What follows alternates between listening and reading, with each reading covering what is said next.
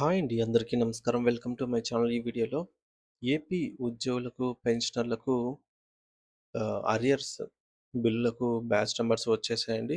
So, దీనికి సంబంధించిన పూర్తి సమాచారాన్ని ఈ వీడియోలో తెలుసుకుందాము. వీడియో అయితే ఎక్కడే కానీ స్కిప్ చేయకుండా ఎండ్ వరకు చూసేయండి. అప్పుడే ఇన్ఫర్మేషన్ పూర్తిగా అర్థమవుతుంది. అలాగే వీడియో చూస్తున్న ప్రతి ఒక్కరు వీడియోకి లైక్ చేయండి ఫ్రెండ్స్.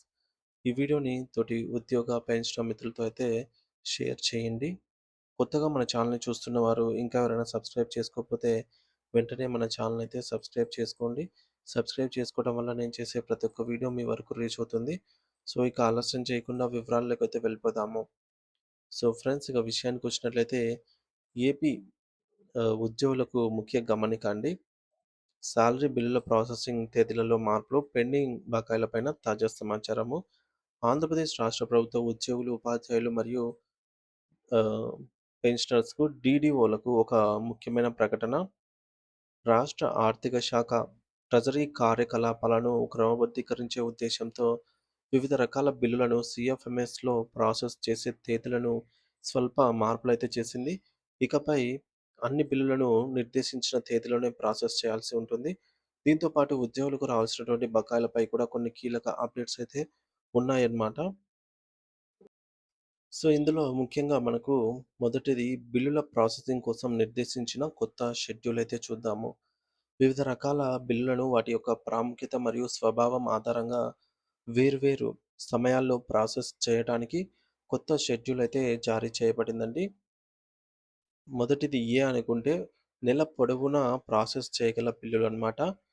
సో, అంటే 1 తేదీ నుంచి 30 లేదా 31 తేదీ సో, నెల చివరి వరకు ప్రాసెస్ అవ్వగలిగే బిల్లులైతే ఏంటంటే, ఈ కేటగిరీ కింద అత్యవసర మరియు ప్రాధాన్యత కలిగినటువంటి బిల్లులను నెలలో ఏ రోజైనా ప్రాసెస్ చేయవచ్చు.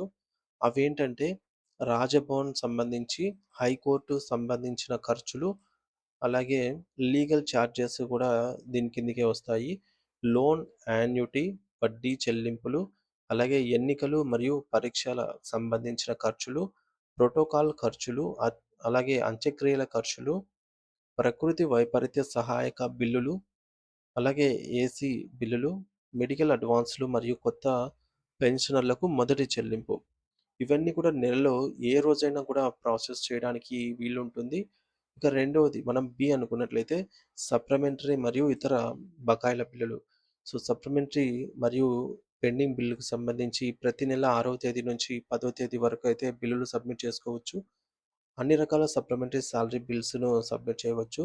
అన్ని రకాల బకాయిలు, అరియర్స్ బిల్లులు, అలాగే గౌరవ వేతనాలు, అలాగే wages, honorariums and wages, PD accounts ద్వారా చెల్లించే జీతాలు, సంక్షేమ శాఖల స్కాలర్‌షిప్‌లు మరియు స్టే ఫండ్స్ అన్నీ కూడా ఈ యొక్క సప్లిమెంటరీ లేదా పెండింగ్ బిల్లుల కిందకైతే వస్తాయన్నమాట. ఇవి నెలలో 6వ తేదీ నుంచి 10వ తేదీ వరకు సబ్మిట్ చేసుకోగలము.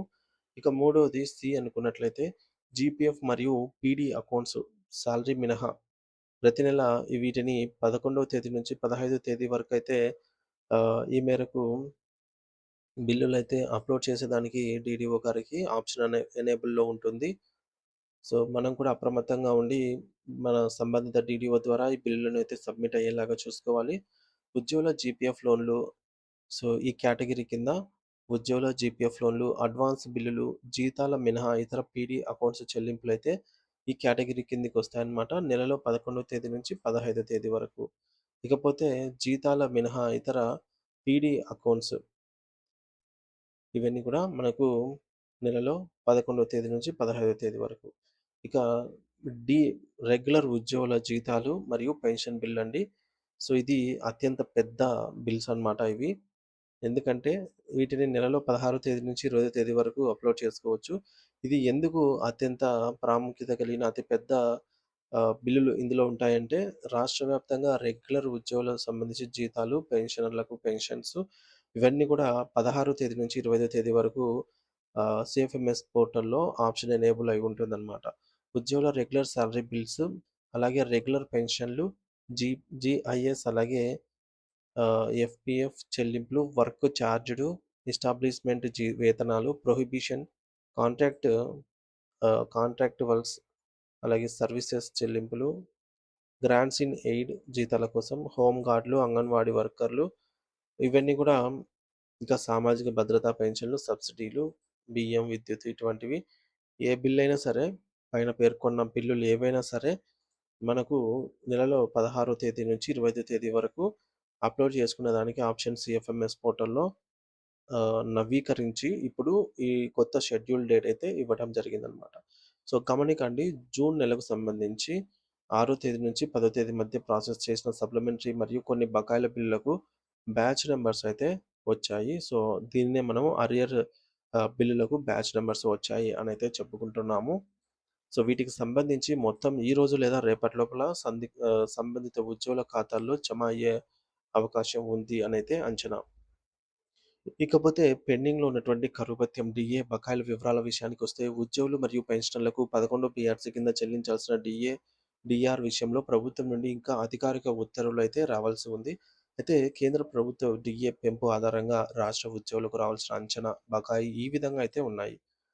సో, జూలై 2019 నుంచి జూలై 2026 వరకు ఈ కాలానికి సంబంధించి డీఏ, డీఆర్ అరియర్స్ అయితే పెండింగ్‌లో ఉన్నాయి. వీటితో పాటుగా ఇంకా చెల్లించాల్సిన డీఏల విషయానికొస్తే జూలై 2024 నాటి డీఏ అనేది పెండింగ్‌లో ఉందండి. సో, కేంద్ర ప్రభుత్వం 3% ప్రకటించగా, రాష్ట్ర ప్రభుత్వం వాటాగా 2.73% అయితే ప్రకటించాల్సి ఉంది. సో, దీంతో మొత్తం డీఏ అనేది ఇప్పుడు తీసుకుంటున్న 37.31% ఏదైతే ఉందో, ఇది ప్లస్ ఈ 2.73% కలపగా వచ్చినటువంటి అమౌంట్ 40.04% అయితే చేరుకుంటుంది. సో, జనవరి 1, 2025 నుంచి రావాల్సిన మరొక డీఏ అంచనా కేంద్ర ప్రభుత్వం 2% ప్రకటించగా, రాష్ట్ర ప్రభుత్వం వాటా 11వ పీఆర్సీ నిబంధనల ప్రకారంగా 1.82% అవుతుందన్నమాట. దీంతో మొత్తం డీఏ అనేది 40.04% ప్లస్ ఈ యొక్క 1.82% కలుపుగా మొత్తం 41.86%కి చేరుకుంటుంది. అలాగే దీంతో పాటు మరొకటి జూలై 2025కు సంబంధించి డీఏ అన్నమాట. కేంద్రం 3% ప్రకటించగా, రాష్ట్ర ప్రభుత్వం వాటాగా 2.73% ప్రకటించాల్సి ఉంది. ఈ డీఏ కూడా చెల్లింపులు జరిగినట్లయితే 40.04% నుండి డీఏ అనేది 2.73% కలుపగా ఈ యొక్క 40%కి మొత్తం 44.59%కి చేరుకుంటుందన్నమాట. సో, ఈ జనవరి 2026 నుండి అంచనాగా రావాల్సినటువంటి డీఏ సో, కేంద్ర ప్రభుత్వం 2% ప్రకటించింది. రాష్ట్ర వాటాగా 1.82%. దీన్ని కూడా కలపగా మొత్తం డీఏ అనేది 46.41%కి అయితే చేరుకుంటుంది. మరి ఈ యొక్క బకాయిల చెల్లింపులపై కొత్త ప్రభుత్వం నుండి స్పష్టమైన ఆదేశాలు, ఉత్తర్వులు వెలువడతాయని ఉద్యోగ సంఘాలు, పెన్షనర్లు అయితే ఆశగా ఎదురుచూస్తున్నారు. డీడీఓలు మరియు ఉద్యోగులందరూ పైన తెలిపిన కొత్త షెడ్యూల్‌ను గమనించి బిల్లులను సకాలంలో ప్రాసెస్ చేయవలసిందిగా అయితే కోరడమైనది.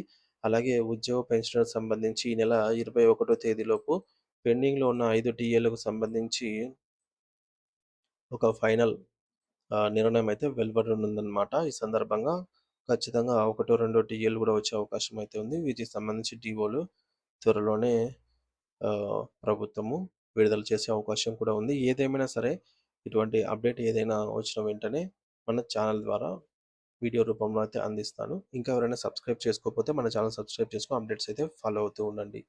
Thank you for watching this video.